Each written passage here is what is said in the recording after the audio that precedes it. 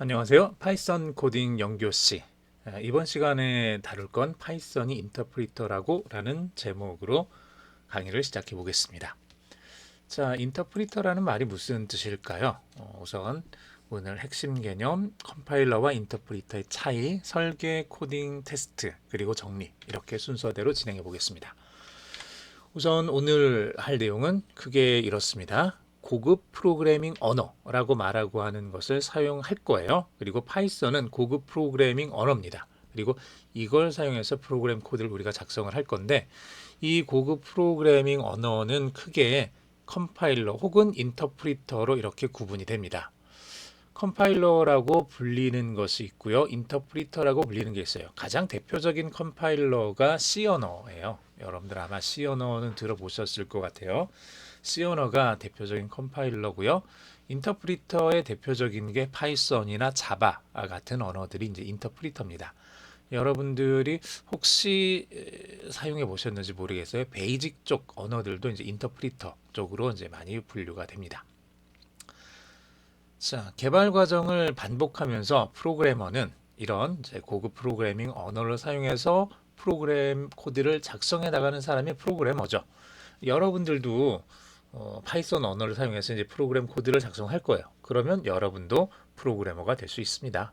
자, 프로그래머는 주어진 요건을 충족하는 소프트웨어를 설계하고 만들게 됩니다. 개발 과정은 그래서 소프트웨어를 설계하는 과정, 코딩하는 과정, 테스트하는 과정이 계속 반복되면서 이루어집니다. 즉, 한 번 코딩하고 끝나는 게 아니란 얘기예요. 한 번 코딩하고 끝나는 코드는 그렇게 좋은 코드가 되지 못합니다. 여러분들 글을 써보거나 숙제를 했을 때도 그렇죠. 숙제를 하고 혹은 문제를 푼 다음에도 보면은 내가 제대로 풀었는지 제대로 풀지 못했는지 이거를 우리가 다시 한번 검토를 해봐야 되잖아요. 소프트웨어를 만드는 것도 이제 같은 과정을 거치게 됩니다. 맨 처음에 이제 설계를 한다는 얘기는 우리가 이제 구도를 잡는다는 얘기예요. 이걸 어떻게 만들까? 사람이 키보드를 치도록 할까? 아니면 마우스로 클릭을 하도록 할까? 그 다음에 클릭을 하면은 화면이 이렇게 가운데 크게 나오게 할까? 왼쪽 위에 나오게 할까? 오른쪽 아래에 나오게 할까? 전체 화면으로 크게 보이게 할까? 뭐 이런 것들 쭉 구성을 한 다음에 이렇게 구상이 끝난 다음에 실제로 코딩을 하는 거죠. 우리가 코드를 집어넣어 가지고 파이썬을 사용해서 여러 가지 코드를 넣어서 코딩을 하고 이게 코딩이 된 다음에 테스트를 해보는 거예요. 정말 내가 원하는 대로 잘 작동을 하는지.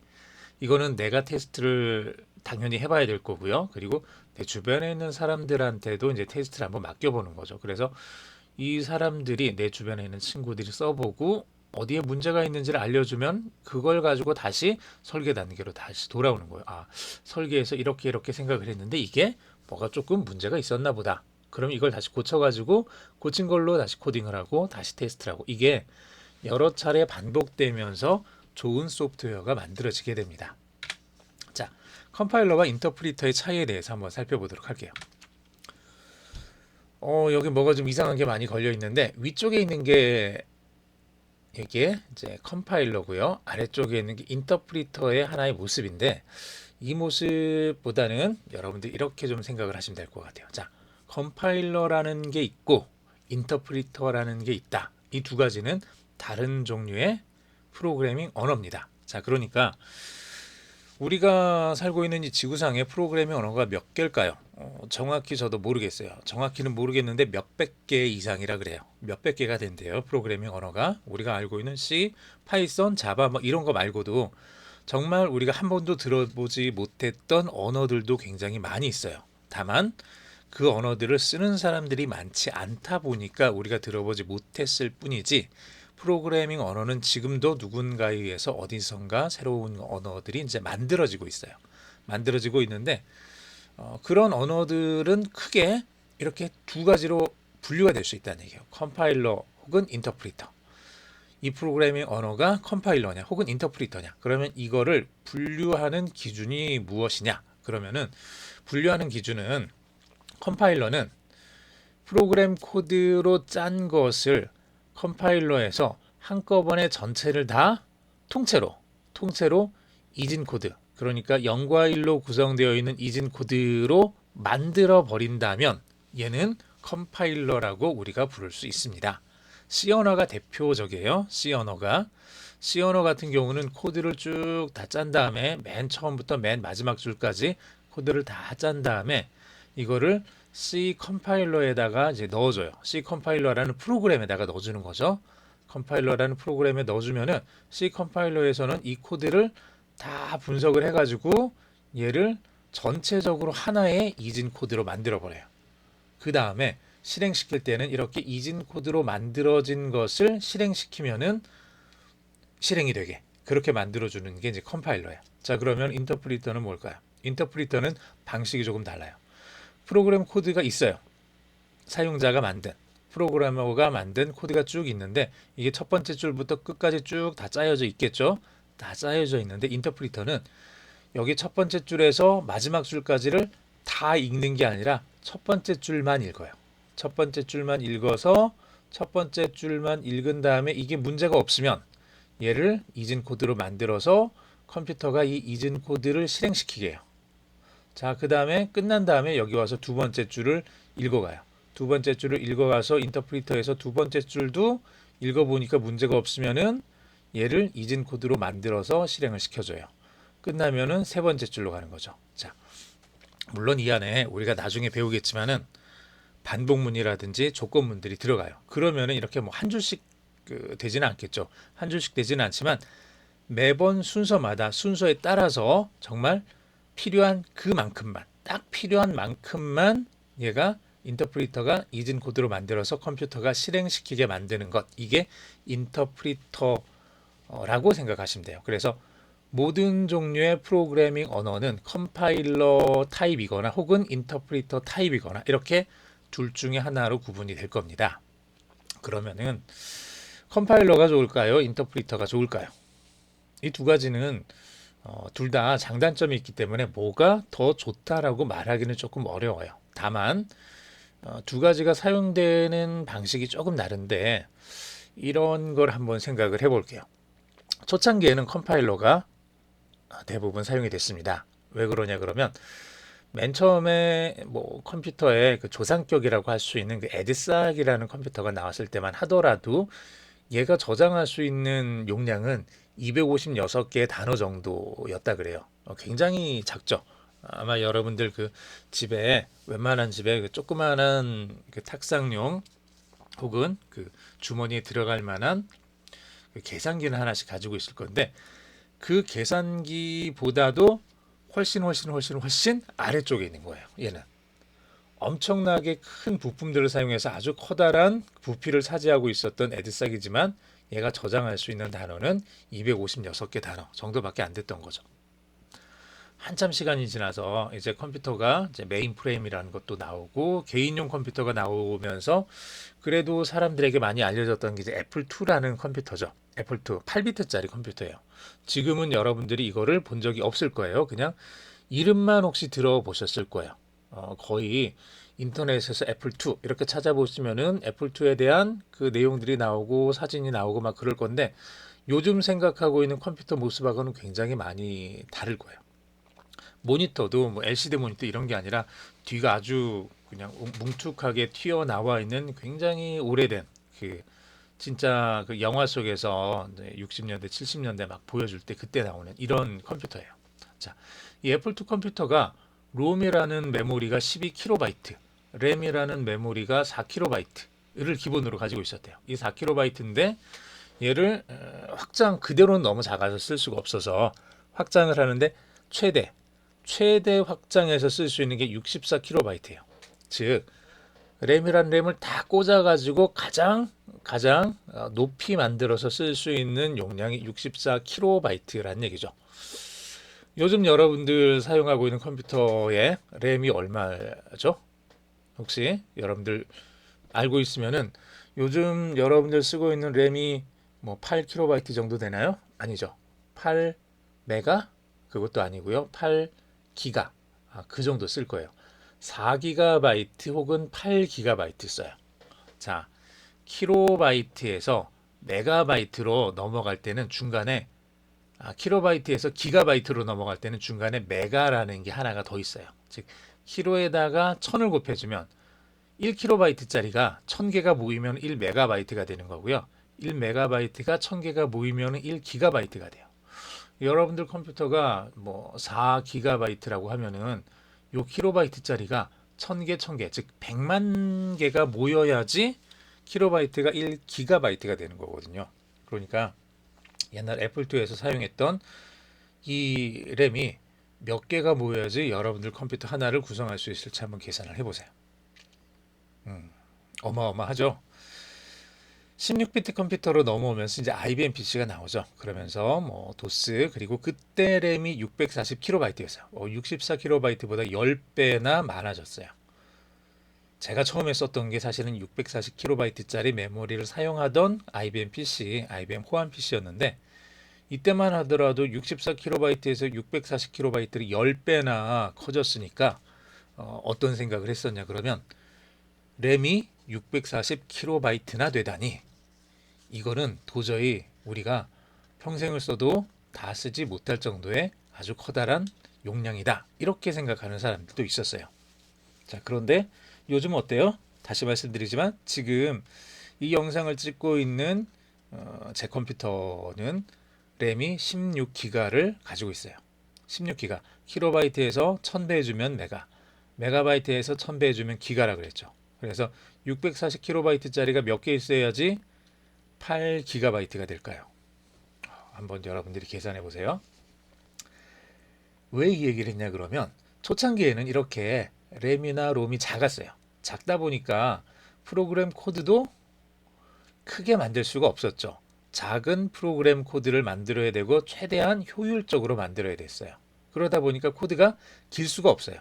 짧게 만들어지고 꼭 필요한 것들만 들어가게 이렇게 만들었어요.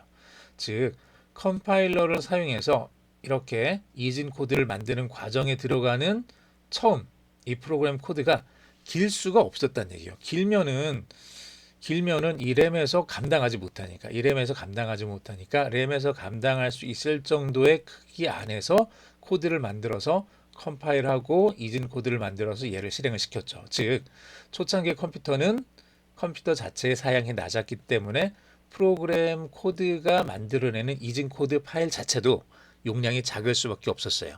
작게 만들 수밖에 없었어요. 그때는 컴파일러를 쓴다는 게 아무런 문제가 없었어요. 왜냐하면 코드를 만들고 컴파일하고 이진 코드 만드는데 이 코드 크기가 작으니까 컴파일과 이진 코드 만드는데 시간이 별로 안 걸렸어요. 금방 됐어요. 그냥 몇 초 만에 뚝딱 이렇게 된 거죠. 근데 요즘 컴퓨터는 어떠죠? 다 윈도우 혹은 뭐 매킨토시 이런 거 다 사용을 하죠. 즉 도스라는 오퍼레이팅 시스템, DOS, 디스켓 오퍼레이팅 시스템을 사용하는 컴퓨터가 이제는 없을 거예요. 정말 아주 특별한 그 박물관 뭐 이런데 과학 전시관 이런데 가지 않는 이상 도스 운영 체제를 사용하는 컴퓨터를 여러분들이 볼 일은 없어요. 다 윈도우 운영 체제를 사용을 하고 있고 램 자체도 640KB가 아니라 뭐 4GB, 8GB, 뭐 16GB 이렇게 막 사용을 하고 있어요. 그러니까 프로그램 코드를 만들 때 이 코드가 길어지면 어때요? 코드가 길어지면 이 안에 이제 화면에 나오기 위한 여러 가지 장치들도 들어가야 될 거고 마우스를 조작하기 위한 코드도 들어가야 되고 키보드를 조작하기 위한 코드도 들어가야 되고 화면을 번쩍번쩍 빛나게 해주는 그런 코드들도 막 들어가야 될 거예요. 그러다 보면 컴파일러에서 이것들을 다 만들어서 이진 코드를 만들 때 전체 코드를 다 이진 코드로 만드는데 얘가 시간이 너무 오래 걸리는 거예요.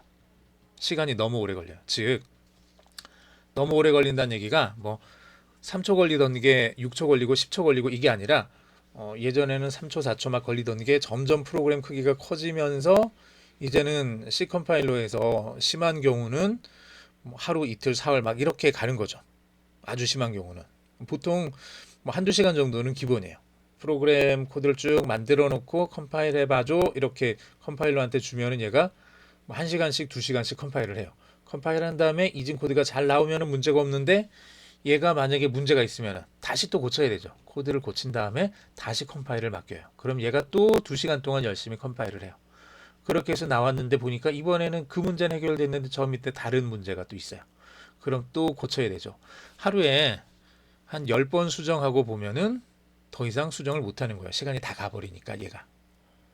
그래서 그 뒤에 나오는 게 이렇게 컴파일러를 쓰는 게 아니라 그냥 그때그때 프로그램 한 줄 한 줄을 읽고 그때그때 바로 실행시킬 수 있게 이렇게 한번 만들어 보면 어떨까? 그러면서 나온 게 인터프리터라고 보시면 돼요. 인터프리터는 지금 파이썬이나 뭐 자바 같은 요즘 나오는 대부분의 언어들이 인터프리터 계열의 이제 프로그래밍 언어들인데 말 그대로 얘는 컴파일을 하지 않기 때문에 이진 코드 프로그램 코드를 전체를 다 이진 코드로 만들지는 않아요. 그래서 이진 코드로 만들지 않기 때문에 여기 컴파일러처럼 실행 파일을 만들지 않아요. 실행 파일을 만들지 않고 그냥 원래 소스 코드가 있으면 이 소스 코드를 그때그때 필요한 만큼만 번역해서 이것만 그냥 그 자리에서 실행하고 마치는 식으로 이런 식으로 진행이 되는 거죠. 그러면은 단점은 뭐냐 그러면 전체를 맨 위에서 맨 끝까지 한꺼번에 다 진행을 한다 그러면은 컴파일러가 훨씬 빨라요. 얘는 한 줄 번역을 하고 이진 코드 만들어서 실행하고 또 그 다음 줄 가지고 와서 번역하고 이진 코드 만들어서 실행하고 이렇게 되니까 전체적으로 봤을 때는 실행 속도는 느려요. 대신 컴파일러는 이렇게 이진 코드로 만들어진 실행 파일을 만들어야 되는데 만드는 데 걸리는 시간이 많이 걸리는 거예요. 대신 인터프리터는 이거를 이진 코드가 들어있는 실행 파일을 만들 필요가 없죠. 만들 수도 없고. 그러니까 그 부분의 시간이 안 걸리죠. 즉 실행시키기 전까지 준비하는 단계가 얘는 많이 걸리는 거고 얘는 준비 단계가 0인 거죠. 준비 단계가 0이어서 그냥 바로바로 그때그때 필요한 만큼만 실행을 시킬 수가 있습니다. 우리가 배우는 파이썬은 이 인터프리터 계열의 프로그래밍 언어라고 보시면 돼요. 그래서 우리는 파이썬 코드를 만든 다음에 얘를 한 줄씩 한 줄씩 이렇게 실행시켜 가는 과정들을 볼 수 있어요. 자, 이렇게 해서 이진 코드가 만들어지진 않았지만 실제로 코드에서 파이썬이라는 인터프리터에서 이진 코드를 만들어서 실행시킨 다음에 계속해서 그 다음 줄로 넘어가는 그런 과정을 가진다. 이렇게 기억해 두시면 좋겠네요. 자, 설계 코딩 테스트 이건 뭐냐 그러면 여러분들이 어떤 걸 할 때 프로그램만이 아니라 다른 걸 할 때도 비슷해요. 먼저 계획하죠. 자, 내가 뭘 만들 건지 계획을 해야 돼요. 뭐 의자를 만들거나 책상을 만들거나 혹은 라면을 끓이거나 계획을 하는 거죠. 그 다음에 분석을 하는 거죠. 우리 집에 라면을 끓일 수 있는 그릇이 있는지, 라면을 끓일 수 있는 불이 있는지 분석을 해야 되죠. 그 다음에 설계를 해야 될 거고요. 이 설계는 이제 코딩을 의미합니다. 실제로 프로그램을 우리가 계획을 하면은 어떤 걸 만들기 위해서 계획을 할 거고 이걸 하기 위해서 분석을 해야 되죠. 자, 내가 어떤 프로그램을 만들고 싶어요. 내가 우리 마을, 내 마을, 내가 살고 있는 마을, 이 주변에 있는 사람들이 어떻게 살고 있는지, 이 사람들이 사용할 수 있는 앱을 만들고 싶어요. 이 사람들이 지금 뭘 하고 있는지를 볼 수 있고 서로 연락할 수 있는 이런 앱을 만들고 싶다. 그러면은 이 앱을 만들기 위한 계획을 세울 거고 분석을 해봐야죠. 내 주변에 정말 그런 사람들이 있는지, 이걸 정말 필요로 하는지, 이 앱을 필요로 하는지, 이거 만들어 놨는데 아무도 사용하지 않으면은 억울하잖아요. 시간만 많이 버리고. 그리고 이걸 내가 만들 수 있는 능력이 되는지, 이걸 시험해 봐야 되겠죠. 나는 이렇게 만들고 싶은데 이게 기술적으로 가능한지, 이런 것들도 막 분석을 해봐야 될 거예요. 그게 다 되면 이제 코딩에 들어가는 거예요. 이제 코딩에 들어가는 거죠. 내가 파이썬을 사용해서 이렇게 코드를 짜가지고 만들어내는 거죠. 개발 과정에 들어가는 거고요. 개발이 어느 정도 다 진행이 됐으면 끝났으면은 이제 테스트를 하는 거죠. 내가 직접 해보고 내 주변 사람들한테 해보고 내 주변에 있는 그 마을 사람들한테도 한번 테스트를 해보고 그 다음에 테스트가 잘 됐으면은 또 배포를 해보는 거고요.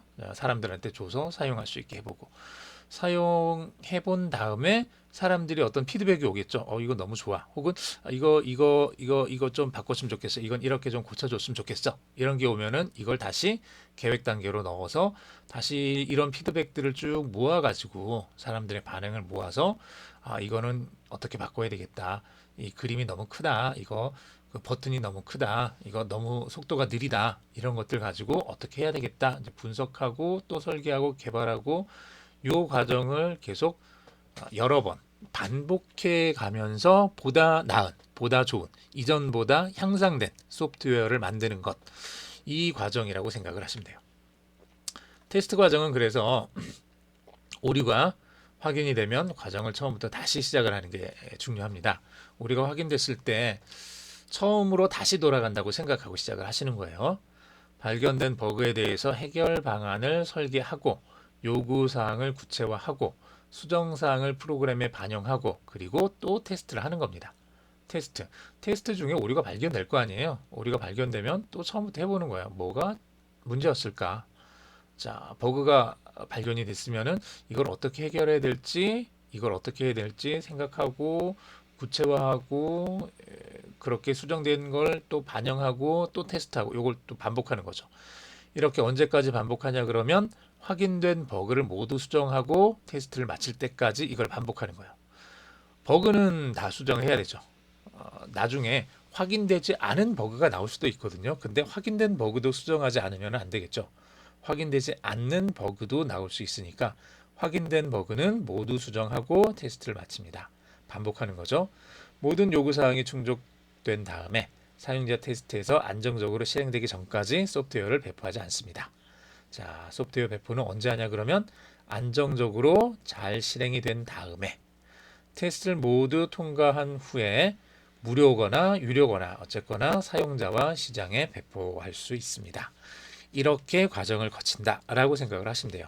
테스트가 통과되지 않은 거, 즉 버그가 너무 많아서 실행시키면은 5분에 한 번씩 다운된다. 5분에 한 번씩 먹통이 된다. 이런 거를 아무리 공짜라 그래도 인터넷에 올려놓고 다운받으라 그러면 사람들이 기분이 안 좋겠죠.